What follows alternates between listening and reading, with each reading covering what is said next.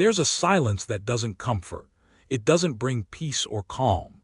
It's the kind of silence born from enduring too much, from carrying wounds that never fully closed. It lingers behind the eyes, heavy in the chest, woven into every interaction. It's not loud. It doesn't scream for attention, but it aches to be understood. The ones who carry this silence don't lack love, they've just seen what happens when love is used as a weapon. So they retreat. They become watchful, cautious, quiet. Not because they want distance, but because closeness once came with pain. And when something breaks that deeply, it never returns unchanged. The world often misreads them: cold, serious, overly intense. But what's seen on the outside is just the armor, not the wound. Carl Jung saw this clearly. He said that the unconscious, if left unseen, drives us without our knowing. What we bury doesn't stay gone. It echoes in our voices, our fears, our shutdowns. If you've ever looked in the mirror and felt like a stranger, if you've ever smiled while feeling lost inside, you're not broken. You're surviving. That version of you that seems composed, that smiles and reassures others, it isn't false. It's the version that made sure you survived betrayal, abandonment, and the pain no one saw. Jung called it the persona, the mask we wear to face the world. But problems arise when we forget there's more beneath it. People who have suffered don't just put up walls, they create entire inner sanctuaries. Places only they know how to access when the world feels too sharp. These aren't people who are unreachable. They're simply terrified that being reached might mean being torn apart again. Pain has a way of changing our instincts. Those who have been hurt often flinch at kindness. They fear softness because to them it's the beginning of a trap. They want to believe, to hope, to trust, but hope has cost them before. And so they watch, they scan. Not because they're paranoid, but because they've learned to be prepared. They've been caught off guard, blindsided, and the soul doesn't forget. Their nervous systems are always alert, not because they enjoy suspicion, but because their past taught them that safety is never guaranteed. Jung believed pain was not a punishment but a guide. Yet no one teaches us how to listen to pain. We're told to hide it, to silence it, to dismiss it, so it becomes the quiet background hum of our lives. We function, we smile, but the soul remains frozen at the point it was wounded. Jung named this a complex, a tangle in the unconscious that repeats like a pattern until we face it. Imagine a child who never felt seen, not because anyone yelled at them, but because no one really looked. That child doesn't grow out of that invisibility. They carry it into adulthood, overthinking every silence, panicking at any sign of emotional distance.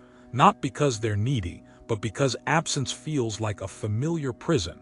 When someone you know reacts strongly, pause. You might not be seeing their response to the present. You might be witnessing an old pain rising up in a new situation. They're not irrational. They're in survival mode. To understand them is to walk on sacred ground. And on sacred ground, we don't judge, we listen. As Jung said, what fits one person may hurt another. No life path is the same, and no soul breaks the same way. Some people give endlessly, not because they have an abundance, but because they never learned how to receive.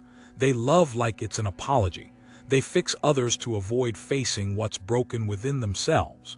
These people are praised for their strength, their generosity, but inside they're aching. That's not love, that's self-erasure. Others go it alone. Proud, hyper-independent, they do everything without help. Not because they want to, but because they once asked and no one came. So they learned never to need. They became their own emergency contact. And then there are those who live entirely in their heads, thinkers, planners, rationalizers. But often behind that sharp mind is a terrified heart. They overanalyze not for fun, but because feeling is too dangerous. Jung warned us overthinking is a barrier, a wall built from thoughts to keep feelings out. Some numb with food, others with perfectionism, productivity, or distractions. Not because they lack willpower, but because safety is missing. Internal chaos becomes external control. And then there are those who seem to vanish emotionally. They're physically there but distant. You speak to them but they aren't fully present. Dissociation isn't weakness, it's a brilliant adaptation. When the body couldn't flee, the mind learned how. So what now? What do we do with these layers of pain? We stop judging. We begin witnessing. Every behavior holds a story, every reaction a hidden history.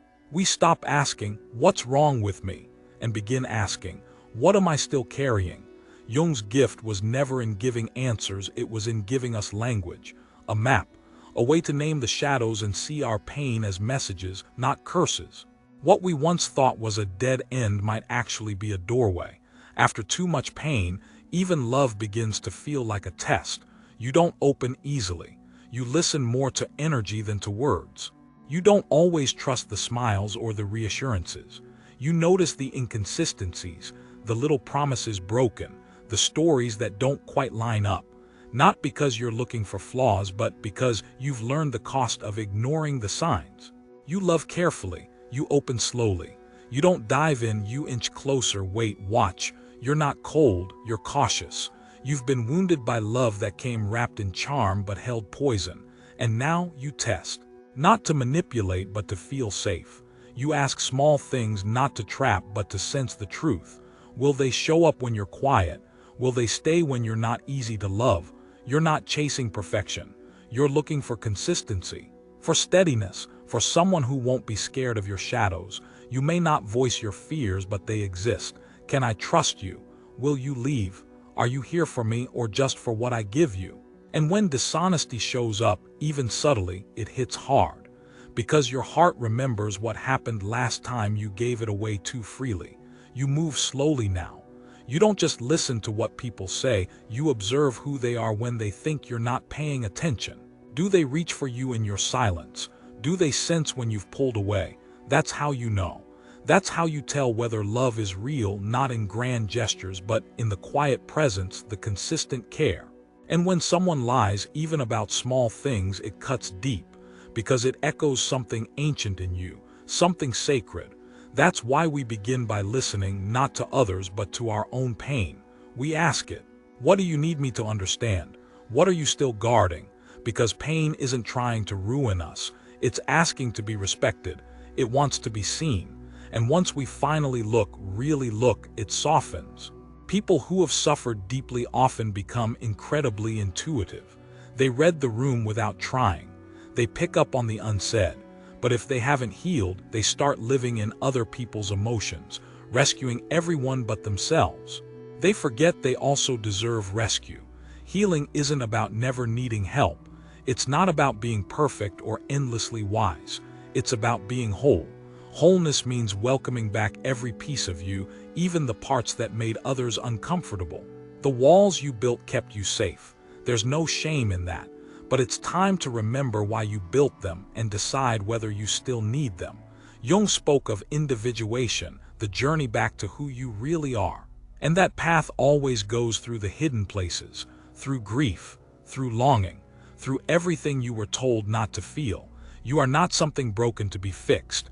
You are a whole, complex story waiting to be fully known. And when you begin listening to your pain with compassion, it transforms. The wound becomes your teacher. The shadows become your guides.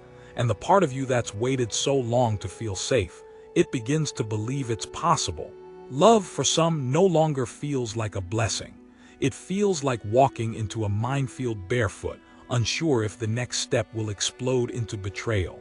That's what happens when someone you trusted once turned away, when comfort turned into confusion, when "I care" turned into silence. So now, even when kindness arrives, it's met with suspicion. Not because you want to doubt, but because you've learned the cost of being wrong. The soul, when hurt deeply, learns to protect itself, even from what it longs for most. You don't greet new people with open arms anymore. You greet them with silence, with stillness, with a watchful gaze. You listen to their tone more than their words. You study the energy behind their actions. You catch the small shifts, how they respond when you're quiet, how they move when you're no longer easy to impress. Not because you're trying to trap them, but because you're trying to stay whole. Because you remember what it felt like to be cracked open from the inside out, and this time, you're determined to be careful. There is a special kind of exhaustion that comes from living like this, from scanning every interaction, From constantly checking, is this safe? Is this real? You're not playing games, you're surviving. You ask small questions not to judge but to understand. Will they stay when I'm distant? Will they reach for me even when I'm hard to love? You're not asking them to be perfect. You just want someone whose truth runs deeper than charm. Someone who doesn't flinch when they meet your scars. There's a quiet part of you always listening, not just to what's said, but to what isn't. And when someone says, "I'm fine," you hear what they're hiding. When they break a tiny promise, you don't explode, but something inside you closes silently. That's what trauma does. It doesn't always shout. Sometimes it whispers, "Watch that. It happened before." And maybe you don't even speak your disappointment. Maybe you give them another chance, but your heart starts retreating just a little. Because when you've been lied to by someone you loved, your system remembers. You start noticing everything, the hesitation before their reply, the slight change in their story, the way their eyes avoid yours in moments that matter. While others might miss it, you feel it like a vibration in your bones. You've learned that deception often comes dressed in soft smiles and pretty words, so now you wait. You don't jump in. You want to believe, but belief has betrayed you before, so you pace yourself. You don't fall in love, you lean in gently, hand on the door, heart half open. Not because you're afraid to love, but because you've had to walk away too many times. You've had to rescue yourself when no one else would. So now, even in good moments, a part of you stays alert, not to sabotage things, but to protect the fragile peace you fought so hard to build. It's not about fear anymore. It's about wisdom. The kind of wisdom earned only through heartbreak. That's why you listen closely, even when someone says all the right things. You listen to what's missing, because you know silence often tells more truth than words ever could. And maybe you envy those who love easily, who let go, who fall with open hearts. But for you, love has gravity. It holds memories. It carries old ghosts. You never come into a relationship empty-handed. You carry your whole past with you, not because you want to, but because it lives inside you. And even when you want to relax, to trust, to soften, your body remembers. It remembers the quiet betrayal, the shift in energy, the absence that followed the promise. And when something feels off even slightly, your gut tightens, your chest grows heavy. You don't need proof. You feel it. You feel when something's no longer safe. And even if you want to ignore it, the voice inside you whispers, "Don't make the same mistake twice." So you listen. You listen to that whisper now.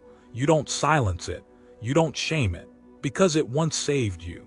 And even if the other person means no harm, your nervous system still reacts. That's not weakness. That's survival. That's the soul protecting its last open door. There's often a longing inside you to just be.